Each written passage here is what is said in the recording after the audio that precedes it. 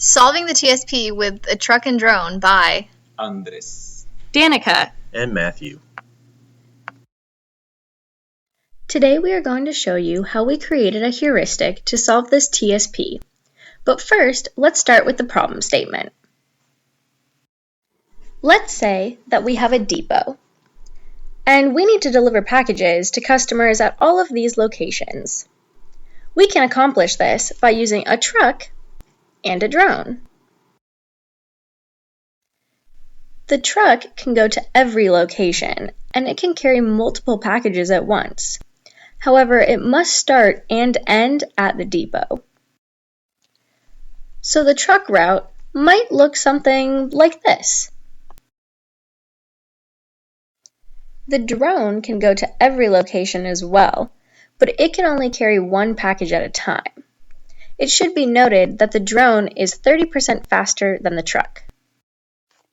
The drone has to go to a location and then come back to the depot. So it might drop off one package, come back to the depot, then drop off another package, come back to the depot, etc. We should mention here that in this example drawn, the drop-off locations were randomly assigned to the truck and drone. This is not necessarily an optimal solution. In an actual example, the goal of the problem is to minimize the delivery time. Since the truck and drone are delivering packages at the same time, this means minimizing the max between the drone and truck times. Now that we understand the problem statement, let's dive into our heuristic solution. This is an example that our professor gave us. The green circle just drawn surrounds the depot location. The other dots are delivery locations. This shows the example's optimal solution. The blue arrows show the truck route, while the green circles are representing where the drone will do drop-offs. Once we thought for a bit, we got an idea. We decided to pretend that there was no drone to begin with. So this image shows what the normal TSP would be for just the truck. As you can see, its distance is 409. Once we calculated the TSP for the truck, we decided to calculate how much time it would save if it skipped one drop-off location. For example, the truck must go a distance of 33 from the depot to the 12th location, and a distance of 36 from the 12th location to the 18th. But if the truck skips the 12th drop-off and goes directly to the 18th, it only has to go a distance of 38. This means that the truck is saving a certain amount of time by skipping the drop-off location. We can calculate the exact amount of time saved by subtracting the new route from the previous one. If the truck skips a drop-off location, this simply means that the drone is now responsible for delivering that location's package. Here's where things get a little complicated. To determine which drop-off location the truck should skip, the truck's time savings are calculated for each location. Once all of the savings are calculated, we choose the drop-off location with the maximum time savings for the truck. This drop-off is now the drone's responsibility, and the truck can skip it. In our example problem, the location with the best savings is actually drop-off 12.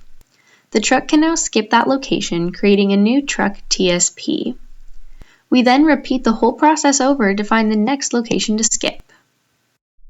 We repeat this process until the drone time is higher than the truck time. By using this heuristic, we only have to run the TSP once in the very beginning of the problem.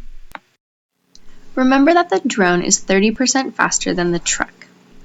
Mathematically, this means that the truck time times 0.7 equals the drone time. However, the drone has to go back to the depot after each drop-off, which means that it actually is the truck time times 1.4. The example's optimal solution requires the drone to be responsible for locations 12, 10, 16, 4, and 14. Our methodology has the drone drop off packages at 12, 10, and 16. However, it chooses location 1 instead of 4 and 14. Our solution might not be perfect, but our max time from the truck is only 311. The optimal solution's max time is 301, which means our solution is only 3.3% off from the optimal. Now that Danica has shown you our logic, I'm going to tell you about our C# code. This if loop is going through the TSP and calculating the savings for each city. It chooses the max savings and saves it to the new sum variable. Once we find the drone path, this loop calculates the drone time, then it prints out the drone path for the user. This is not all of our code, but it shows how our code is unique. You should know this type of problem can be solved in many different softwares and languages, not just C#. Andres told you guys a little bit about our TSP logic in C#, so now I'm going to go ahead and talk to you about the C# code for the visualization. After reading in the city coordinates from a text file and saving them as points, we were able to draw lines between them. As the routes change, lines are redrawn to show the new optimal solutions. Our truck path is shown in black, while our drone path is shown in red. To my right, you can see our C# visualization in action. Well, looks like these guys are ready to take on the other teams in the TSP competition. Tune in next time for more OR2 examples.